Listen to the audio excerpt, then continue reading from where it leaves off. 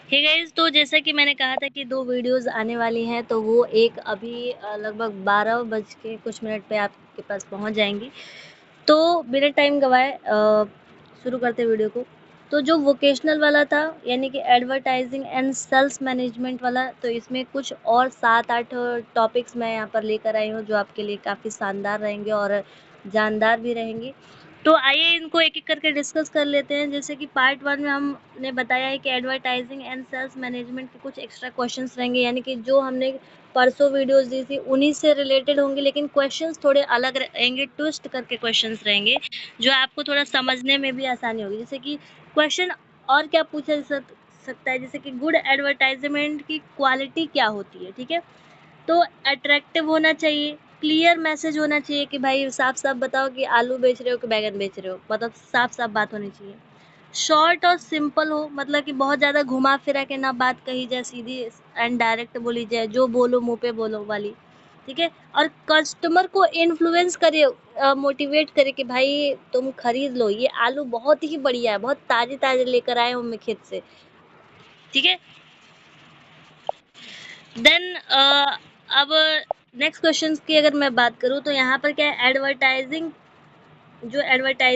Advertising का consumer behaviour पर क्या इफ़ेक्ट पड़ता है, ठीक है? तो जो बाइंग डिसीज़न इफ़ेक्ट करता है, जैसे कि कस्टमर जो है वो खरीदेगा, नहीं खरीदेगा, इस चीज़ पे डिपेंड करता है।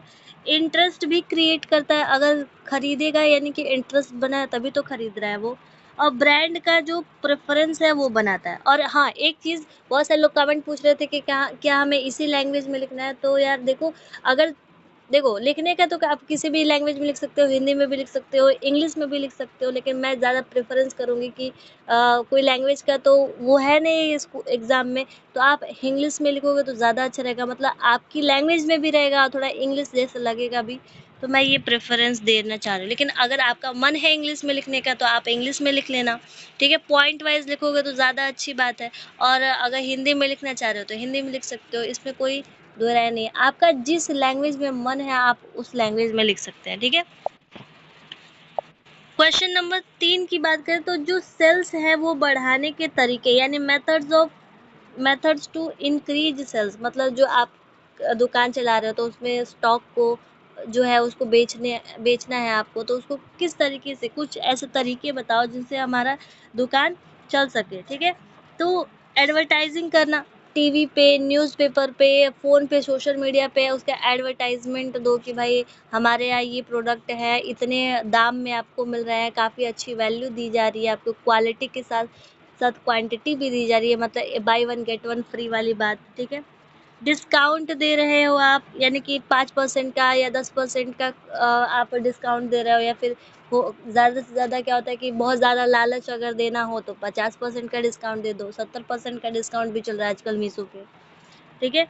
गुड कस्टमर सर्विस, ठीक है? मतलब अच्छी सर्विस प्रोवाइड कर रहे हो, मतलब ऐसा नहीं कि स्कैम कर रहे हो, ठीक है? क्वालिटी इम्प्रूव करना, अगर मान के चलो आप पहले बहुत ही मतलब क्वालिटी थी, लेकिन उतनी अच्छी क्वालिटी नहीं थी, तो अगले टाइम जब आप सेल्स करने जाओ और बेचने जाओ, तो उसकी क्वालिटी थोड़ी और अच्छी बढ़ा के लेके जाओ, ठीक है? तो इस तरीके से क्या होगा कि कस्टमर का इंटरेस्ट बढ़ेगा और वो और अच्छी तरीके से, मतलब कि खरीदना चाहेगा कि हाँ भाई, ये दुकान बहुत अच्छी है, सस्ते दाम में अच्छी चीज़ मिल जा रही है, ठीक है?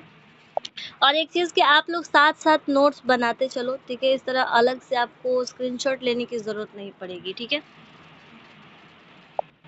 देन नेक्स्ट की बात करें, तो कहता है कि सेल्स प्लानिंग क्या होती है? अब देखो, सेल्स प्लानिंग यानी कि जो बेचने का एक कह सकते हैं कि प्लानिंग क्या होती है, क्या हो सकता है? तो जो सेल्स प्लानिंग एक ऐसा प्रोसेस है जिसमें फ्यूचर सेल्स के लिए टारगेट और स्ट्रेटेजी बनाई जाती है, ठीक है? मतलब आने वाले समय में भी हम किस तरीके से अपने प्रोडक्ट को बेचेंगे, या आने वाले समय में जिन चीज़ों की ज़रूरत होगी उनके हिसाब से हम अपने प्रोडक्ट को बनाकर सेल करेंगे, तो ज़्यादा भाई प्रॉफिट होगा। देन 5वां जो क्वेश्चन है, सेल्समैन इन बिजनेसेस, यानी कि जो रोल है सेल्समैन का, जो बेचने वाले हैं, दुकानदार हैं, उनका बिजनेस में क्या रोल होता है? तो प्रोडक्ट को सेल करेगा, क्योंकि सेल्समैन है तो सेल्स वाला ही काम करेगा, बेचने वाला ही काम करेगा, ठीक है? कस्टमर से रिलेशन बनाता है, ठीक है? कि भाई अच्छी कम्युनिकेशन बनाता है, तो क्या होता है कि अगले टाइम अगर आप अच्छे से बात करते हो तो अगले टाइम जो कस्टमर है वो सोचता है कि हाँ, ये दुकान वाले भैया अच्छे से बात करते हैं, अच्छे से अपने प्रोडक्ट को दिखाते भी हैं, तो इनके पास ही अगली बार मैं जाऊँगा, ठीक है। फीडबैक भी देता है, ठीक है। एंड कंपनी का रिप्रेजेंटेशन भी करता है, रिप्रेजेंट करता है, ठीक है। इससे पता चलता है ना कि हाँ भाई, ये पर्टिकुलर दुकान के ये जो सेल्समैन हैं, ये बहुत अच्छे हैं, मतलब इनका बिहेवियर अच्छा है, प्रोडक्ट को अच्छे से सेल्स करते हैं, इनके ब्रांड भी काफ़ी अच्छे हैं, क्वालिटी वाले प्रोडक्ट आप देते हैं, क्वांटिटी के साथ देते हैं, ठीक है। एंड ये क्वेश्चन काफ़ी ज़्यादा इम्पोर्टेंट है। क्यों इम्पोर्टेंट है? क्योंकि यहाँ पे ध्यान से देखो, डिफरेंस पूछ रहा है कि difference between marketing and sales. आपने सोचा होगा मार्केटिंग में मतलब भी तो बेचना हुआ, सेल्स मतलब भी तो बेचना हुआ, इसमें अंतर क्या हो सकता है? तो अंतर बेसिकली ये है, यहाँ पे देख सकते हो कि जो मार्केटिंग में है ये कस्टमर पे के नीड पे फोकस करता है, यानी कि कस्टमर की क्या ज़रूरत है, मतलब प्रोडक्ट चेंज होते रहते हैं, ठीक है। जबकि सेल्स में क्या होता है कि बस प्रोडक्ट बेचना है, कैसे भी बस प्रोडक्ट हमारा बिक जाए, इस चीज़ पे ध्यान रहता है, तो वो सेल्स। लेकिन मार्केटिंग में जो कस्टमर की ज़रूरत है उस पे फोकस किया जाता है, ठीक है। इसलिए मार्केटिंग जो होता है वो लॉन्ग टर्म तक चलता है, सेल्स जो है वो शॉर्ट टर्म तक चलता है, यानी सीजनल चलता है, ठीक है। एंड सेल्स की बात करें तो एग्जीक्यूशन पे बेस्ड करता है, मतलब जिस तरीके से काम हो रहा है कि भाई प्रोडक्ट बिक जाए उस पे। जबकि मार्केटिंग में अभी बताया कि जो कस्टमर की नीड होती है उस पे, यानी कि एक तरह से प्लानिंग चलती रहती है कि हाँ, इस बार कस्टमर की ये नीड है तो हम इसको इस प्लानिंग के हिसाब से अपने प्रोडक्ट को बेचेंगे, ठीक है। एंड सातवां, जो कि ये भी काफ़ी ज़्यादा इम्पोर्टेंट है, 2 लाइन का आंसर है कि डिजिटल एडवर्टाइजिंग क्या होती है। डिजिटल यानी कि सोशल मीडिया पे आप बेच रहे हो, ठीक है।